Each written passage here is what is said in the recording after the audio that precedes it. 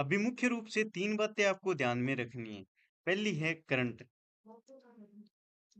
Current यानी कि 6 महीने का करंट अफेयर देख के जाना है। 6 महीने में से यानी कि 6 महीने या फिर अपन मान सकते हैं 7 महीने का, लास्ट 7 महीने का जनवरी से और जुलाई तक का, जनवरी से जुलाई महीने तक का करंट अफेयर आपको देख के जाना है। अब इसमें इम्पोर्टेंट महीने बताऊं तो एक तो मई, मई प्लस जून, ये 2 महीने ये सबसे इम्पोर्टेंट है। इसमें आप अप्रैल भी ऐड कर सकते हो, अप्रैल भी ऐड कर सकते हो, और या फिर जुलाई भी। ये जो 3-4 महीने हैं ये सबसे इम्पोर्टेंट है और इनका करंट अफेयर आपको देख के ही जाना है। क्लियर? अब अपन बात करें क्या दूसरी बात क्या ध्यान में रखनी है अपने को। तो दूसरी बात करंट अफेयर अपने 10 नंबर का आएगा या 10% आएंगे 150 में से 10% करंट अफेयर के आएंगे। दूसरी बात अपने को ध्यान रखनी है कंप्यूटर। दूसरी बात है कंप्यूटर, कंप्यूटर दूसरी है कंप्यूटर। कंप्यूटर बेसिकली कंप्यूटर में से और अपने को 15 क्वेश्चन देखने को मिलेंगे कंप्यूटर में से। हाँ, 15%, 15% तो दोस्तों सिलेक्शन मेन और सिलेक्शन का मेन आधार है, ये 15 क्वेश्चन ही रहेंगे। अब बात करूं कंप्यूटर की, तो कंप्यूटर दोस्तों आपने अच्छे से पीछे पढ़ा है तो उसका रिवीजन कर लीजिए। आमतौर पर लगभग बच्चों ने दक्ष की जो बुक आती है, दक्ष की बुक वो ही पढ़ी है कंप्यूटर के लिए, या फिर कुछ नोट्स वगैरह पढ़े हैं तो अपने तरीके से देख लेना, लेकिन ज्यादातर बच्चों ने दक्ष की बुक पढ़ी है। तो दक्ष की बुक में और प्रत्येक लेसन के पीछे और एक एक पेज के शॉर्ट नोट्स दे रखे हैं एग्जाम रिमाइंडर नाम से, वो आपको देखनी है। अगर आप 2 घंटे अच्छे से उन्हें पढ़ोगे तो 2 घंटे या 3 घंटे में उन्हें फिनिश कर सकते हो। तीसरी मेन बात है 45 क्वेश्चन। तो 45 क्वेश्चन दोस्तों मैथ और रीजनिंग के आएंगे, 45 मैथ प्लस रीजनिंग के आएंगे। तो मैथ के कुछ फॉर्मूले और रीजनिंग के कुछ कॉन्सेप्ट आपको लास्ट टाइम में देख के जाने हैं। यानी कि अगर आप 3-4 घंटे अगर अच्छे से इसे दो तो आप आराम से कंप्लीट कर सकते हो ऐसे पे। यानी 45 क्वेश्चन मैथ के हो गए, मैथ रीजनिंग के, उसके अलावा 15 अपने कंप्यूटर के और 10 करंट अफेयर के। तो कुल ये 70 हो गए, 70 यानी लगभग 45 से 50% हिस्सा इन्हीं का है। यानी कि जो मैथ्स हो गई या फिर रीजनिंग हो गई, कंप्यूटर हो गया या फिर करंट अफेयर। अब एक सर एक बात बताइए क्या, अपन जैसे एग्जाम देने जा रहे हैं तो साथ में कुछ बुक वगैरह ले जाएं क्या? तो वैसे तो कुछ आवश्यकता है नहीं, रिलैक्स करना, चिल करना, लेकिन आप करंट की बुक ले जा सकते हो साथ में, करंट की बुकें साथ में ले जा सकते हो।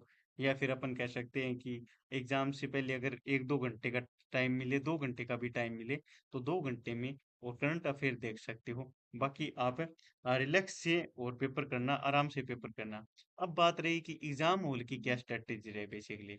एग्जाम हॉल के अंदर अपने जैसे जो 3 घंटे का टाइम है यानी कि अपने पेपर का, तो उस टाइम अपने और क्या ऐसी रणनीति अपनाए कि औरों से अलग हो।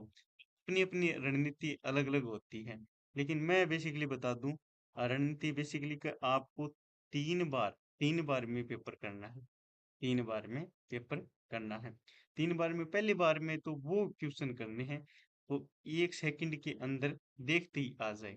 दूसरी बारी में जो क्वेश्चन टाइम वाले हो, यानी कि जैसे मैथ्स की हो गई या रीजनिंग की हो गई, तो टाइम लेके निकले, यानी दूसरी बार में वो करने हैं। और तीसरी बार में वो क्वेश्चन करने हैं जो थोड़ा बहुत कंफ्यूजिंग, यानी कंफ्यूज करे आपको। और बात रही जो अपन कह सकते हैं कि 50-50%, यानी 50% है किसी क्वेश्चन में, यानी कि ऑप्शन के मध्य अपन ठीक है फैसला नहीं कर पा रहे कि कौन सा उत्तर होगा। तो दोस्तों ऐसे भी क्वेश्चन करने हैं, लेकिन ज्यादा क्वेश्चन मत करना। ऐसे क्वेश्चन आप ज्यादा मत करना, अगर ज्यादा क्वेश्चन करोगे तो ये कहीं न कहीं आपको नुकसान पहुंचाएगा, कहीं न कहीं नुकसान पहुंचाएगा। इसका बेस्ट एग्जांपल अपन देख सकते हैं आरएस का एग्जाम। आरएस की कट ऑफ लगभग 70 नंबर रही, 70 नंबर रही।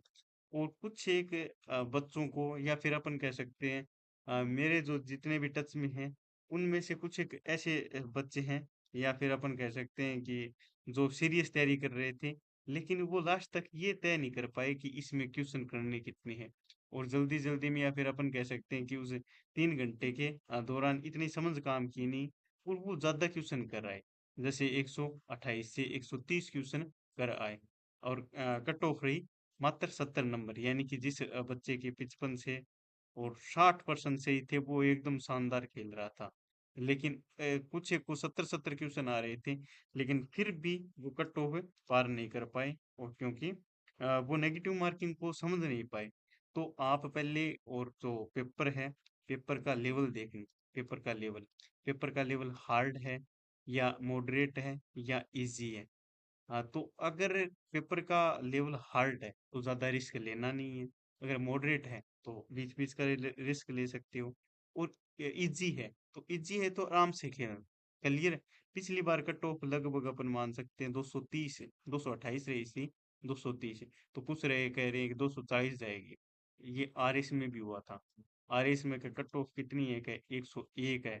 101 तो अब की बार 110 पार तो आराम से जाएगी और वो 70 पे ही रहेगी। क्लियर। ऐसे ही अपने पटवारी में हो सकता है। पटवारी में यानी 21 वाले से पहले वाला पटवारी था, शायद 18 में था। उसमें क्या था, लोगों के 40% ही नहीं बन रहे थे और 40% के आसपास कट ऑफ गई थी। शायद परी की रही थी या मेंस की रही थी, वो मुझे प्रॉपर याद नहीं। पहले परी मेंस दो एग्जाम हुआ करते थे। तो 40% रही थी और उसी में बच्चे और मार खा गई। और वही बात है कि फ्लो फ्लो में ज्यादा कराएगी इतनी कई कैसे ही रहेगी। अगर आपने 6 महीने तैयारी की है, 4 5 6 महीने तैयारी की है, तो आप इस जो अपन कह सकते हैं पटवार परीक्षा है, पटवार परीक्षा है, इसके योग्य उम्मीदवार हो। और आप फ्लो फ्लो में ज्यादा क्वेश्चन मत कर आना। अगर ज्यादा क्वेश्चन कराओगे, अगर पेपर और हार्ड रहा, तो नेगेटिव मार्किंग होगी और नेगेटिव मार्किंग में आप हार हो जाओगे। क्लियर। तो पेपर का लेवल समझना, फालतू यूट्यूबर्स की बातों में नहीं आना। और बाकी मेरा तो अंतिम संदेश यही है कि आप पटवारी बनो। और एग्जाम से पहले आप सभी को शुभकामनाएं। मिलते हैं एग्जाम के बाद। तब तक के लिए लेते हैं आपसे अलविदा। एग्जाम के बाद अपन वीडियो और पटवार का तो पेपर हो ही गया। वीडियो, पुलिस, पुलिस का एग्जाम, राजस्थान पुलिस है। उसके अलावा जो अपने फोर्थ ग्रेड जिंदाबाद है, इन वैकेंसी की और तैयारी पे फोकस करेंगे और यूट्यूब पर ऐसी इनकी क्लासें आती रहेगी। बाकी मिलते हैं दोस्तों किसी और वीडियो में, तब तक के लिए आपसे लेते हैं अलविदा। जय हिंद, जय भारत।